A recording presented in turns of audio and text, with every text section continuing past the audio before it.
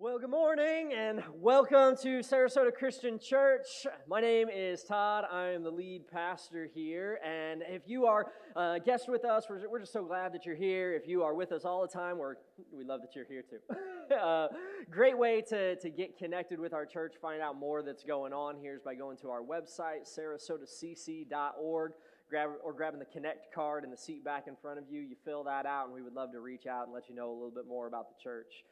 This morning, we're taking time to do things a little bit different this morning.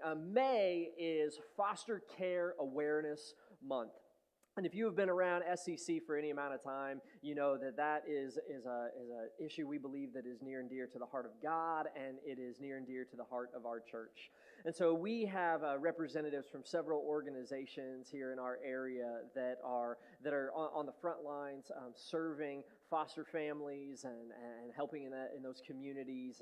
And so today we've invited them to come and take a little bit of time in our service together to let you know about what it is that they're doing and how we, every single one of us, can be a part of helping these foster families. So I'm going to turn it over to Jody Jester, who is a member of our church family and a former foster mom herself, and someone who is deeply involved in this community to kind of lead us through this time together. So can we just give kind of a warm welcome to all of our guests here today?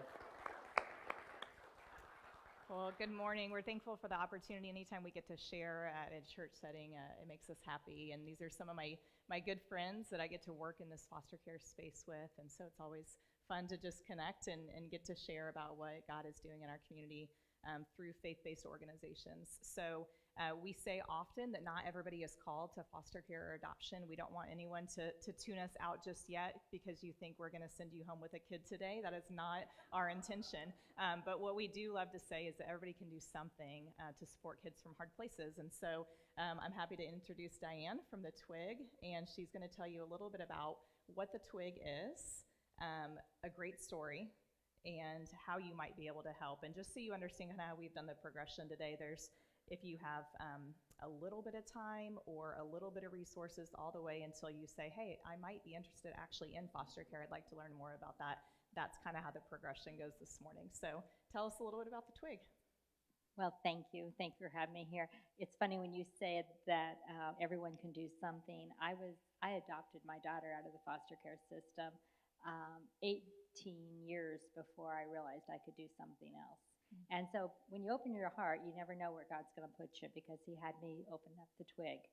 And the Twig is a place where we want to inspire and encourage the foster care community by meeting their needs in a practical way. So what does that mean? It means that what can be more practical than underwear?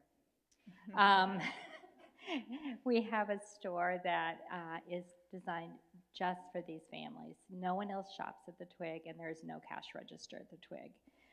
Everything is there to make them feel good about themselves, to make them know that they have value in this to us and to the world, and that they can rise above the circumstances that they're in by no fault of their own. Mm-hmm. And so every month, if you're a child in foster care, you can come and shop at the Twig, totally free, and get 7 items plus socks, underwear, book, and an accessory. And on top of that, you get loved on. We have volunteers that work just as personal shoppers for these kids, so they get to help them pick out their clothes and get to, tell them how wonderful they look and be excited about we're the consistency. A lot of these kids go from home to home to home to home. They come to us every month, and they tell us about their achievements, how they got in on the football team, how they, passed their spelling test, all those things, because they see us consistently. Yeah, so I think what we learn a lot of times is there's a tangible need, but then there's that need for community. And that's what I love about the Twig. Like you said, you may have a different case manager, guardian ad litem, foster parents, but they have that one place where they know they can come all the time. And it's done in a way that offers dignity, I think. It's not a clothes closet, there's dressing rooms, and everything is hung by sizes, and it's new or very gently used and in great condition. Right. I have found, we have no idea who's coming through our doors. We started off 7 years ago with 8 kids, and now we see over 400 kids every month. And when you're stocking the store from all the donations that come in, by the way, that's one way you can help is to donate your like new clothes. They don't all have to be new, they just have to make the kids think they're new. But we never know what we're going to have to stock with. And one day we had gotten a size 15 tennis shoe, which is huge. And at the time we weren't seeing a lot of teenagers. And we laughed and said, why on earth do we need these? And I said, well, God must know something we don't.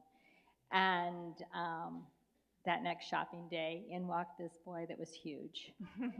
And I ran over to him and I said, what size shoe do you wear? And he says, it doesn't matter, you won't have it. I wear a size 15. I said, God knew you were coming. You have so many. I know I've heard a million stories like that. It's really cool. And I think it's important, too, that people realize, children in foster care, it could be an infant, it could be an 18-year-old boy. And so we need a variety of sizes, right? Mm-hmm. But things Yes. that would appeal to children and teens. So thanks for what you do, and we love the Twig. Thank They do you. have 2 locations, by the way, one in Venice and one in Lakewood Ranch. So no matter where you live, there's a convenient place to be able to drop off those donations. Or become a volunteer. But Lakewood Ranch especially needs a Yeah. lot of volunteers. So For sure. thank you. So Rob is here with us from Bridge of Life, and tell us a little bit about Bridge of Life.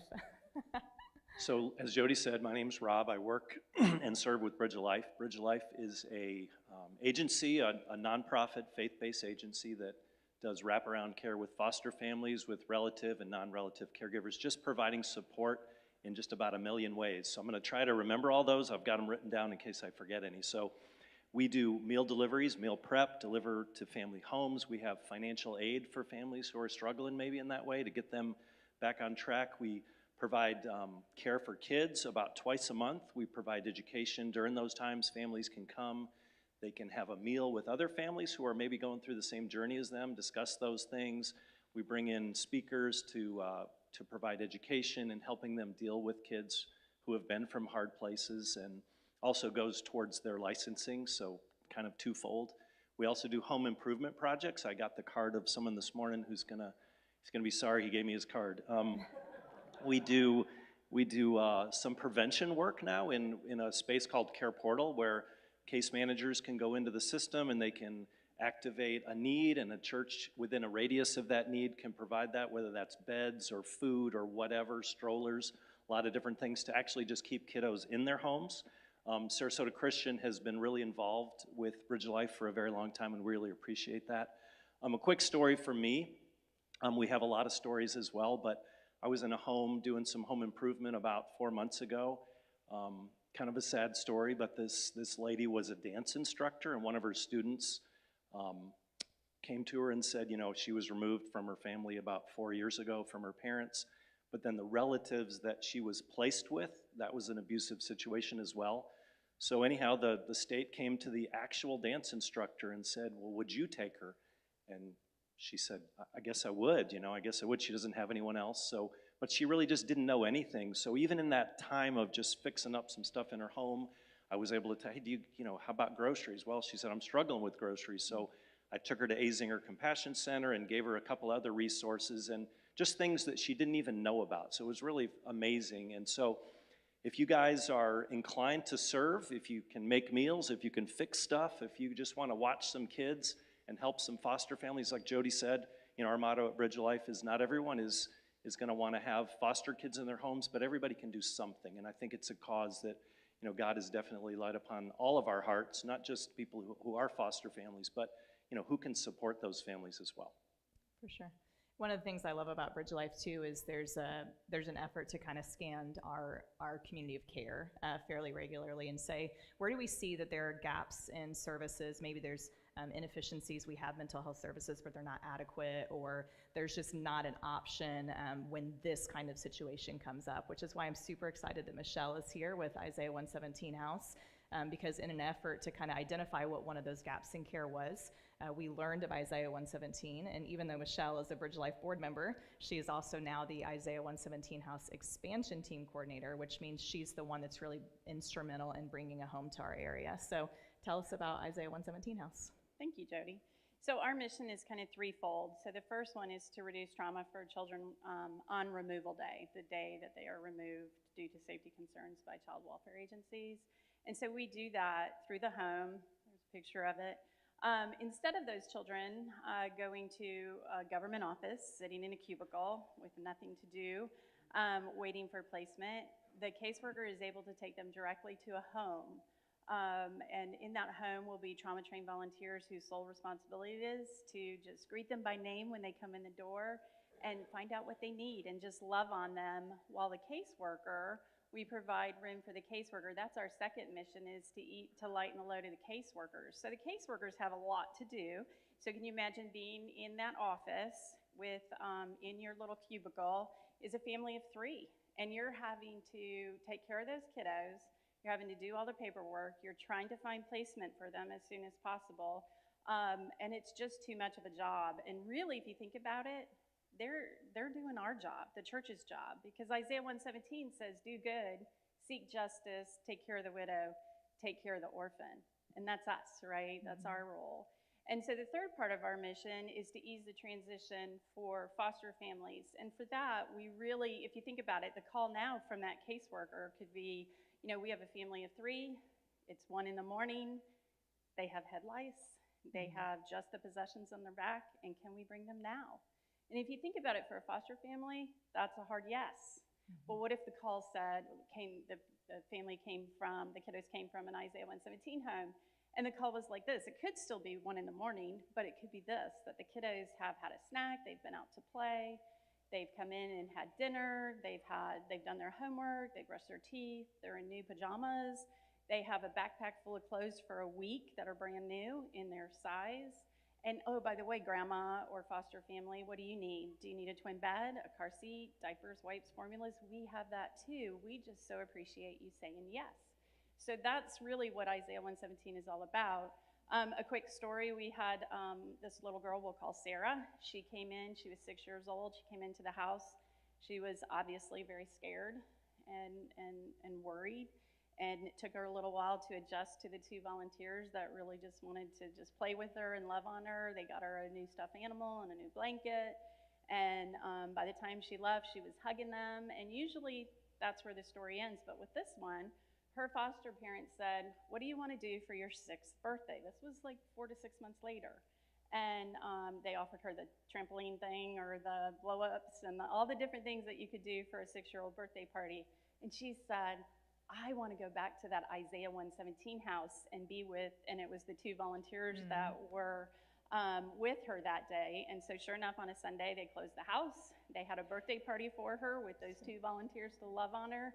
But that's the comfort and the safety they feel in that house is, you're a 6-year-old, you get to do all the fun things, and this is what she chose to do. So it's just really a great opportunity to wrap around these kiddos on the most traumatic day of their lives, really, for most of them. Ways you can get involved. We're going to have our first fundraiser September 21st. We only do one to raise the funds to build a house or to get a house and retrofit it.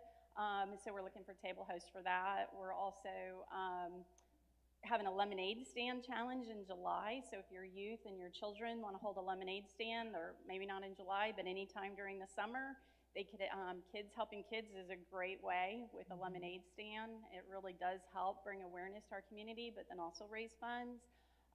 We also meet you can volunteer and meet the first Monday of every month at Grace Community Church from 6 to 7 and plug in and volunteer that way.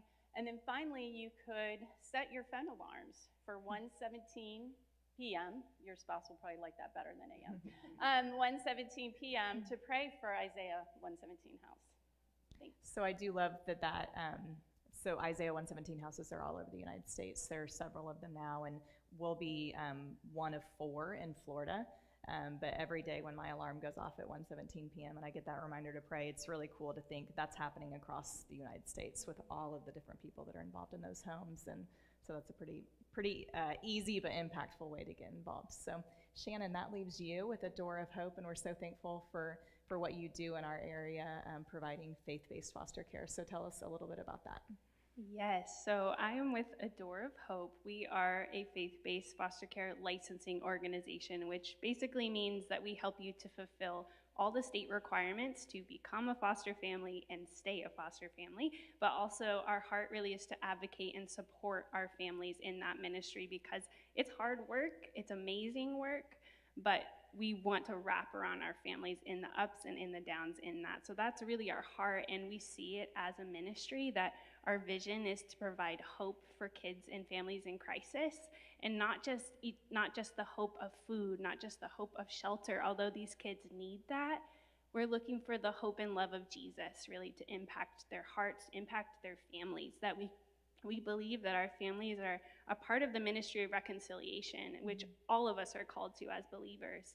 But ultimately, we want to see these kids be able to go back with their families and their families to be transformed by the love of Jesus. So we've seen that happen within this ministry. It's an amazing ministry, just bringing a child into your home. You get to be able to pray with them, bring them to church, love them like Jesus would in the day-to-day tasks. And a story of that, we had a foster family take in 3 siblings recently, and they were in the home for a couple of months, and they would bring them to church, they would pray with them, they would talk about the Lord, but nothing forceful with them. It was just a part of their life. And after a couple months, one of the siblings asked to surrender her life to the Lord during church at children's ministry, and so the foster mom got to go in and pray with her, and she surrendered her heart to the Lord. But in that too, months later, she just had a hunger for the word and was wanting to learn more about God, and the foster family actually saw a transformation in the way she was acting after she surrendered her heart to the Lord, where they could see the power of God growing a compassion in her and a kindness in her that they weren't seeing in the day-to-day before that. So ultimately, we want to see these kids be able to go back with their family and see their family transformed by the power of the gospel. And you can have an opportunity to do that by becoming a foster family. So main ways to get involved, you can go to our website. We have a QR code that is on the screen now, but I also have some at my table as well. And if you want to scan that, we have an information session that we hold where you don't have to commit to becoming a foster family, because we know that can be a big step. But if you're just interested in saying, hey, what does this mean? What does it mean to get involved? Then we would love to chat with you and sign you up for that information session. But I'll also be at the table if you have questions about that as well. And I love that you host that informational session, because it's like an hour and it's easy and you can get your questions answered. Because a lot of times in my experience, when people in the community think, maybe I want to be a foster parent, that sounds kind of scary to me, they put what I call imaginary barriers in front of, like, well, I'm too single, or I'm too poor, or I'm too old, or I'm too young. And a lot of those just aren't true. I mean, foster parenting looks a lot of different ways, and we see so many different families that are fantastic. The other one I hear is like, I would get too attached, and we're like, great. I mean, you should, because that's what these kids deserve. They deserve someone who's going to become so attached to them, but also be able to support that greater vision and mission of what you're saying, of reconciliation and to restore these families when at all possible. So we're thankful for the work that every one of you do in this space, and hopefully you've all learned a little bit more about a little bit of time, a little bit of resources, all the way to becoming a licensed foster parent and everything in between. They're all going to be in the lobby after services today with different ways to be able to learn more about what it is that they're doing. And we're thankful for the support of Sarasota Christian Church as well. As Todd said, you guys partner in this space in so many different ways, and it really makes a huge difference. So thanks for the opportunity to be here.